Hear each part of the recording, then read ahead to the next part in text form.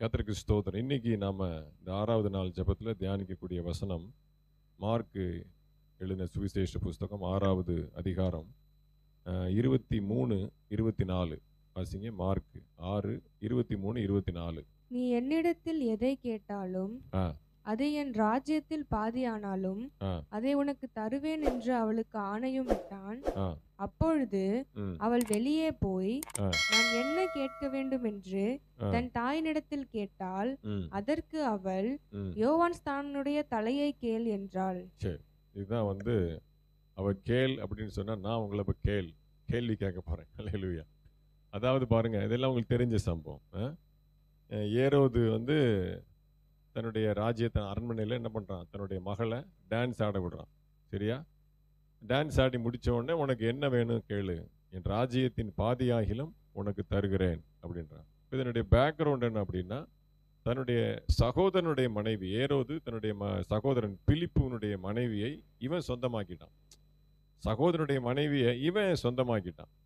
அதனால அதை கண்டிச்ச யோவான் இப்போ சிறைச்சாலையில் இருக்கிறார், ஜெயிலில் இருக்கிறார். இங்கே டான்ஸ் நடந்துக்கிட்டு இருக்கு. இதுதான் பேக்ரவுண்ட். அப்போது இந்த சம்பவம் டான்ஸ் முடிஞ்சவொடனே இந்த மாதிரி சொன்னோடனே என்ன பண்ணுறான், அவங்க அம்மாட்ட போய் கேட்குறான். இந்த மாதிரி அப்பா கேட்குறாரு, நான் என்ன கேட்கட்டும், என்னாலும் கொடுக்குறேன் அப்படிங்கிறாரு. அப்போது என்ன சொல்கிறார், யோவான் ஸ்நானனுடைய தலையை கேளு அப்படிங்கிறார். ஏன்னு கேட்டிங்கன்னா, யோவான் ஸ்நானகன் ஜெயிலில் இருந்தால் கூட நீங்கள் அது முன்னாடி வாசித்து பார்த்தீங்கன்னா தெரியும், ஏரோது யோவான் ஸ்நானனுக்கு பயந்தவனாக இருந்தான்னு சொல்லப்பட்டிருக்கு. அவன் நீதியும் பரிசுத்தம் உள்ளவன் என்று ஏரோது அறிந்து, 20வது வசனத்தை வாசித்தீங்கன்னா, ஏரோது அறிந்து அவனுக்கு பயந்து அவனை பாதுகாத்து அவன் யோசனையின்படி அநேக காரியங்களை செய்து விருப்பத்தோடு அவன் சொல்லை கேட்டு வந்தான். ஜெயிலில் இருக்கிறான், இவன் மனைவிக்கான தூக்கி ஜெயிலில் போட்டிருக்கிறான். ஜெயிலில் போட்டிருந்தா கூட என்ன பண்ணுறான், அங்கேருந்து ஆலோசனை வருது, அதன்படி தான் ராஜ்யமே நடக்குது. Control jail. அங்கிருந்து அவனுடைய விருப்பத்தின்படி இவன் எல்லாவற்றையும் செய்து வந்தான்னு சொல்லப்பட்டிருக்கு. அப்போ இதெல்லாம் அவளுக்கு பிடிக்கல. சரி, நான் என்ன கேள்வி கேட்க போறேன் அப்படின்னா, மெயின் பாயிண்ட், ராஜ்யத்தின் பாதியாகிலும் உனக்கு கொடுக்குறேன். ஏரோது ரோமருடைய சாம்ராஜ்யம் சாதாரண கிடையாது. அது கீழே நிறைய அதிபதிகள் இருக்கிறாங்க. பிலாத்துலாம் பார்த்தீங்கன்னா அது கீழே வரக்கூடிய பின்னாட்களில் சில தேசங்களுக்கு அதிபதி. பல தேசங்கள் சேர்ந்தது தான் ரோமர் சாம்ராஜ்யம். பல தேசங்கள் அவங்க கண்ட்ரோல் வச்சிருக்கிறாங்க. அப்போ தேசத்தில் பாதியாகிலும் உனக்கு நான் தருகிறேன் அப்படின்னு சொல்கிறான். நான் என்ன கேட்குறேன் அப்படின்னா, அவ்வளவு விலையேறப்பட்டதா யோவானுடைய தலை? தேசத்தின் பாதியவே கொடுக்கிறேன்னு சொல்றாரு. ஆனா அதை விட எது முக்கியமா, யோவான் ஸ்நானகனுடைய தலை. அது ஏன்? அதை ஒருத்தரா சொல்லுங்க பாப்போம், டக்கு டக்குன்னு உங்களுக்கு தெரிஞ்ச ஆன்சரை சொல்லுங்க. பணத்தை காட்டிலும், ஐஸ்வர்யத்தை காட்டிலும், பொருளை காட்டிலும் அவன் யாரு? சாதாரண ஒட்டகம் ஒட்டக மயிரா? ஒட்டக மயிருடைய வஸ்திரம் தரித்து கொண்டு, சணல் நூல் தரித்து கொண்டு, வெட்டுக்கிளி சாப்பிட்ற ஏதோ ஒரு வனாந்தரத்தில் இருக்கக்கூடிய ஒரு பூச்சி மாதிரி ஒரு ஆள். அவனுடைய தலை அவ்வளவு விலையேறப்பட்டதா? அவனை கொண்டா உனக்கு என்ன கிடைக்க போகுது? அவர் தான் தேசத்தின் பாதியவே கொடுக்குறேன்றாரு. அதை வாங்கிட்டு நீ ஜாலியா இருக்கலாமே. அப்ப அந்த அளவுக்கு என்ன காரணம்? யாரு ஃபர்ஸ்ட்? கொடுங்க, டக்குன்னு கொடுங்க, டைம் ஆச்சு. கொஞ்சம் நம்ம எல்லாம் ஒரே ஆளே பேசக்கூடாது. அது ஏன்னா யோவான் ஸ்நானனுடைய முக்கியமான பிரதானமான வேலை எல்லாருக்கும் ஞான ஸ்நானம் கொடுத்து மனம் திரும்ப வைக்கிறது. சூப்பர். அதுல வரவங்க எல்லாம் என்ன சொல்லுவாங்கன்னா, இவர் தான் அடுத்த மேசியாவா இருக்கும் அப்படின்ட்டு. நீங்க தான் மேசியாவான்னு சொல்லியிருப்பாங்க. ஆமா ஆமா, அப்ப அது கண்டிப்பா ஏரோது காதுக்கும் மனைவி காதுக்கும் எட்டி இருக்கும். சரி சரி. இப்ப இவருக்கு எல்லாம் தெரியுது, இவர் ரொம்ப இப்படி ஞானியா இருக்காரு, பரிசுத்தமா இருக்காருன்றது ஏரோதுக்கு தெரிஞ்ச மாதிரி அவங்க மனைவிக்கும் தெரிஞ்சிருக்கும். சரி சரி. இப்ப இவரு சும்மா விட்டோம்னா இவர் தான் மேசியான்றாங்க. இப்ப ராஜா இவர் மேல பிரியமாயி அடுத்து இவர் ராஜாவிட நம்ம கதி என்ன ஆகுமோ அப்படின்னு ஆயிடுச்சு. ஒரு இதாயிடுச்சுன்னா இப்பயே தடை பண்ணிடலாம் அப்படின்னு. சூப்பர். சரி சரி, கர்த்தருக்கு ஸ்தோத்திரம். எல்லாம் கை தட்டுங்க, கர்த்தர் நல்லா. சரி, அடுத்து யார் சொல்றது? இப்படி எல்லாம் கேட்டீங்கன்னா அடுத்து நான் ஜபத்துக்கே வரமாட்டேன் அப்படின்னு முடிவு பண்றீங்க. ஏதோ சொன்னீங்கன்னா கேட்டுட்டு போவோம், அவ்வளவுதான். மைக்ல பேசுங்க. மைக்கில் பேசுங்க. அவர் ஜெயில்ல இருந்தாலும் நாட்டுல என்ன ஒரு பண்ணணும்னாலும் இவர் மூலியமா தான் பண்ண வைக்கிறாரு. ஆமா. அதனால வந்துட்டு இவரு திரும்ப வந்துட்டு நம்ம இவரை விட்டுட்டு இவர் தான் ராஜாவா ஆயிடுவாரோன்ற ஒரு பயத்தால அந்த மாதிரி தலையை அவரை வந்து வெட்டணும்ட்டு. ஏரோது வந்து டம்மியா இருக்காரு. ஆமா, கட்டளை எல்லாம் ஜெயில இருந்து வருது. அதனால அந்த அம்மாக்கு பிடிக்கல. அதுதான். Right, very good. சோத்ரம், பிரைஸ் எல்லாம். கர்த்தர் நல்லவர். கரங்களை தட்டுங்க. ஜீசஸ். வேற அடுத்து ஒருவேளை ஏரோதோட அந்த ஒய்ஃப் வந்து அவங்க கொஞ்சம் பாவம் தானே பண்ணிட்டு இருக்காங்க.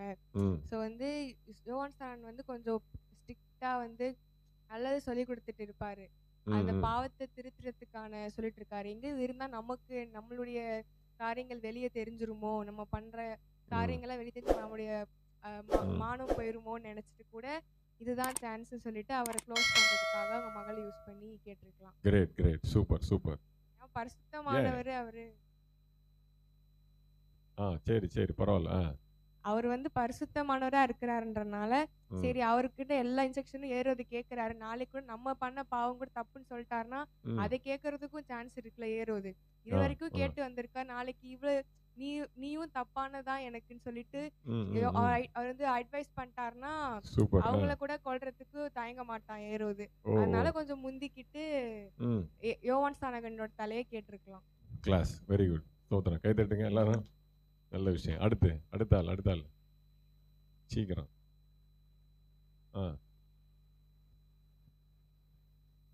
ரொம்ப தர்ம சங்கடமாக்குறீங்க ஐயா. பழகணும். சொல்லுங்க, பரவாயில்ல, ரிப்பீட் ஆனாலும் பரவாயில்ல. அதாவது ஏரோதோட மனைவிக்கு வந்து அது என்ன இருந்தாலும் அவன் வந்து தம்பியோட ஒய்ஃப். அவளை பத்தி அவன் சொன்னதுனால அவனை வந்து எச்சரிச்சிருக்காரு யோவான் ஸ்நானகன். யார ஏரோத வந்து எச்சரித்தார் இல்லையா, நீ செய்யறதெல்லாம் தப்பு அப்படின்னு சொல்லி. ஸோ வந்து செய்யறதெல்லாம் தப்புன்னு சொல்லி சொன்னாலே அது வந்து யாராலும் ஏத்துக்கவே முடியாது. எந்த ஒரு மனுஷனா இருந்தாலும் குற்றத்தை வந்து சுட்டி காமிச்சிட்டாங்க அப்படின்னா அதான் அதை வந்து நமக்கு ஏத்துக்கிறதுக்கு மனம் இருக்காது. பழிக்கு பழி வாங்கிடணும். இன்னைக்கு உலகத்துல நடக்கிறதே அதுதான். யாராவது ஒருத்தர் ஒண்ணு சொல்லிட்டா ஒண்ணு பண்ணிட்டா அந்த குற்றத்தை சுட்டி காமிச்சிட்டானா இவன் வந்து அவங்க மேல ஒரு கண்ணு வச்சிருவாங்க. அவங்கள வந்து கார்னர் பண்ண ஆரம்பிச்சிருவாங்க. எல்லாத்துலயும் அவாய்ட் பண்ணுவாங்க. அதே மாதிரி ஒரு எண்ணம் தான் அந்த ஏரோதியா அந்த தேசத்தை காட்டில அந்த அவங்களுடைய அந்த இதுக்கு முன்னாடி அந்த ஈகோ அந்த பிரஸ்டீஜுக்கு முன்னாடி அவங்களுக்கு எதுவுமே பணம்லாம் ஒண்ணும் இல்ல. எல்லாமே தூசிதான். பதவியெல்லாம் தேவையில்லை. அதெல்லாம் அவங்களுக்கு தேவையில்லை. அந்த குற்றம் கண்டுபிடிச்சனால அவங்களுக்கு அது வந்து பழி தீர்க்கணும். அதுக்கு இதுதான் ஒரு நல்ல வழி அப்படின்ட்டு அவ அதை பயன்படுத்திக்கிட்டா. Class, very good. கை தட்டுங்க. அடுத்து சிஸ்டர், சும்மா உங்க வாய்ஸ் சொல்லிருங்க. இது ஃபர்ஸ்ட் வந்து விளங்கி கொள்ள முடியலையா எனக்கு. புரியலையா நான் சொல்றது? எனக்கு புரியுது. அது இன்னும் கொஞ்சம் ஆழமா எனக்கு இது பண்ண தெரியல. அது ஃபர்ஸ்ட் வந்து ஏரோது வந்து அவங்க தம்பி ஒய்ஃப் வந்து இது பண்ணது முதல்ல அது ஒய்ஃபுக்கு வந்து அது பிடிக்காம தான் இருக்கணும். அது ஏன் அவங்க அது ஒரு நல்லது தான் சொன்னார் யோவான் ஸ்நானகன், கண்டித்து உணர்த்தினார். அது அவங்களுக்கு நல்லதா தான் இருக்கணும். அது பண்றது ராஜா பண்றது தப்பு, அது அவங்களுக்கு நல்லதா தான் தெரிஞ்சிருக்கணும். அதை ஏன் அவர் தலையை கேட்டாங்கன்னு எனக்கு தெரியல. அவர் நல்லதுதான் பண்ணாரு. அப்புறம் வந்து இன்னொன்னு வந்து அவர் உலக ரட்சருக்கே ஞானஸ்தானம் கொடுத்ததுனால ஒரு வேலை அவரோடையும் பெரியவரா இருப்பாரோன்னு அவங்க நினைச்சிருக்கலாம். அதனால பயம். Very good. கிளாஸ், சோத்ரம், பிரைஸ் எல்லாம். பியூலாவும் சிஸ்டரும் கொஞ்சம் க்ளோஸாக வந்தாங்க ஆன்சருக்கு. அமுதாவும் கிட்டத்தட்ட அதே தான். நான் தியானித்ததுக்கு எல்லாமே கரெக்டு தான். அதுக்காக தவறுன்னு கிடையாது, எல்லாமே கரெக்டு தான். வாசிங்க யோவான் சுவிசேஷம் 3வது அதிகாரம் 20வது வசனம். யோவான் சுவிசேஷம் 3வது அதிகாரம் 20வது வசனம். பொல்லாங்கு செய்கிற எவனும் ஒளியை பகைக்கிறான், தன் கிரியைகள் கண்டிக்கப்படாதபடிக்கு ஒளியினிடத்தில் வராதிருக்கிறான். அதான் பியூலா சிஸ்டர் அமுதெல்லாம் கிட்டத்தட்ட அதுதான் சொன்னாங்க. அதாவது அந்த வார்த்தை முக்கியம். பாவத்தை வந்து யாரும் கண்டிச்சிடக்கூடாது. பாவத்தை யாராவது கண்டிச்சிட்டாங்க அப்படின்னா அவங்களுக்கு என்ன பண்ணாது, பிடிக்காது. அதனால தான் அவங்க என்ன பண்ணுறாங்க, அவங்க வந்து அதில் சொகுசாக இருந்து பழகிட்டாங்க. பாவத்துக்குள்ளே வந்து நல்லா சொகுசாக இருந்து பழகிட்டாங்க. ஒருத்தன் சேத்துக்குள்ளே இருக்கிறான், நம்ம தான் பார்க்குறோம் அவன் சேத்துக்குள்ளே இருக்கிறான், சகதிக்குள்ளே, அவன் சொன்னா ஜாலியாக இருக்குது, நல்லா குழு குழுன்னு இருக்குது. அப்போ இந்த எருவு மாடு பார்த்தீங்களா, அந்த சாக்கடைக்குள்ளே சகதிக்குள்ளே அப்படியே ஜம்முன்னு அழகாக ஜாலியாக உட்காந்துருக்கும். நம்ம தான் அருவருப்போம், இங்கே பாரு ஐயோ அசிங்கத்தில் போய் சாக்கடையில் போய் இருக்குதுன்னு. அதுக்கு என்னது, நல்ல ஜில்லுன்னு இருக்கும், ஜாலியாக இருக்கும். அப்போது அதை போய் நீங்கள் போய் எந்திரி எந்திரி அப்படின்னு கிளப்பி விட்டீங்க அப்படின்னு நம்மளே முட்டை வந்துடும். அந்த கதை தான் அது. அப்போது தன்னுடைய கிரியைகள் கண்டிக்கப்படாதபடிக்கு ஒளியினிடத்தில் வரான். இன்னும் உங்களுக்கு நல்லா புரிகிற மாதிரி இன்னொரு வசனத்தை நான் உங்களுக்கு வாசிக்க சொல்கிறேன். வாசிங்க, லூக்கா சுவிசேஷம் 5வது அதிகாரம் 8வது வசனத்தை வாசிங்க. லூக்கா 5:8. சீமோன் பேதுரு அதை கண்டு இயேசுவின் பாதத்தில் விழுந்து, ஆண்டவரே, நான் பாவியான மனுஷன், நீர் என்னை விட்டு போக வேண்டும் என்றான். பாருங்க, இங்க எந்த இடத்த சொல்றான் அப்படின்னா, அவர் சொல்லி 2 படகுகள் அமிழ்ந்து போகத்தக்க, வலை கிழிந்து போகத்தக்க மீன்களை இழுத்துட்டு வராங்க. அவ்வளவு பெரிய பிரம்மாண்டமான அற்புதத்தை ஆண்டவர் பேதுருக்கு செஞ்சிருக்கிறாரு. ஆனா பேதுரு என்ன சொல்றான் அசால்ட்டா, நான் பாவியான மனுஷன், என்னை விட்டு நீங்க போயிருங்க, என்கிட்ட வராதிங்க. I don't want to allow you in my life. ஏன்னா நான் பாவியான மனுஷன், இப்படிலாம் நீங்க அற்புதம் செஞ்சு என்னை திருத்திட்டீங்கன்னா வம்பாயிரும். நான் திருந்த விரும்பல. என்னுடைய பாவத்தினால அவனுக்கு என்ன ஒரு ஸ்ட்ராங்கான ஒரு காரியம் அப்படின்னா, என்னுடைய பாவத்திலிருந்து நான் வர முடியாது, அந்த அளவுக்கு நான் கொடூர பாவத்தில் இருக்கிறேன். அது பேதுருக்கு தான் தெரியும், அவர் என்ன பாவத்தில் இருந்தார் நமக்கு தெரியாது. அப்போ பாவம் என்பது என்ன அப்படின்னா, இவ்வளோ பெரிய அற்புதத்தை செஞ்சும் இவர் கூட நான் இருந்தேன் அப்படின்னா இதை காட்டில் அற்புதங்களை எனக்கு ஆண்டவர் செய்வாரே அப்படிங்கிறதெல்லாம் அவனுக்கு அந்த தாட்லாம் இல்லை. காசு பணம், இவர் என் கூட இருந்தால் நான் குப்பத்திலே பெரிய ஆள் ஆயிடுவேன், நான் பார்த்தீங்கன்னா இந்த மீன் பிடிக்கிற தொழிலே பெரிய ஒரு என்ன சொல்றது, அது பெரிய ஜாம்பவானா மாறிடுவேன், பெரிய பாசா மாறிடுவேன், டானா மாறிடுவேன், எல்லாரும் என்கிட்ட தான் வந்து மீன் பிடிக்கும், மற்ற எவன் வலை போட்டாலும் மீன் வராது, நான் வலை போட்டால் தான் மீன் வரும். அப்போ இவ்வளோ பெரிய ஒரு கெப்பாசிட்டி எனக்கு வரும். But I don't want that because I ஆம் எ சின்னர். நான் பாவத்தில் இருக்கிறேன், நான் பாவத்திலே இருக்க விரும்புகிறேன். இன்னொன்று என்னன்னா, அந்த பாவத்தை என்னால் விட முடியாது. அது வந்து ஒரு மாம்ச சுபாவம், என்னால் அதை விட்டு வர முடியாது, அது வாய்ப்பே இல்லை. இவளுக்கு அப்படிதான். இப்போ ஏரோதுக்கு ஒரு மனைவி ஆயிட்டா, அது வந்து அவளுக்கு பிடிச்சிருச்சு, அவ அந்த அந்த அந்த அந்த ஸ்தானத்தில் அவருக்கு அதை விட்டு வர்றதுக்கு அவருக்கு மனசு இல்லை. இப்போ குறுக்க தடைக்கல்லாம் இருக்கிறது யோவான். அப்போ என்ன பண்ண, அவளுக்கு ராஜ்யம்லாம் அவளுக்கு பெருசு இல்லை, காசு பணம்லாம் பெருசு இல்லை. I want to retain my life in sin. என்னுடைய வாழ்க்கையை நான் பாவத்துக்குள்ளாகவே கடைசி வரைக்கும் போகணும், அதுதான் எனக்கு வேணும், மற்றபடி காசு பணம்லாம் ரெண்டாவது. அதான் பாவத்தில் இருக்கக்கூடிய ஒவ்வொரு மனுஷனும், நீங்கள் என்ன ஆர்டரை பற்றி சொன்னாலும் அவங்களுக்கு ஏன் அந்த இருதயம் கடினமாகுது அப்படின்னா, அதை விட்டு வர அவங்களுக்கு என்ன இல்லை, மனசு இல்லை.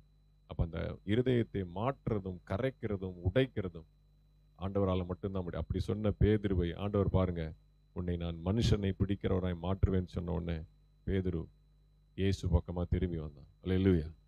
எல்லாரும் கண்களை மூடி நாம் ஜெபிக்கலாம்.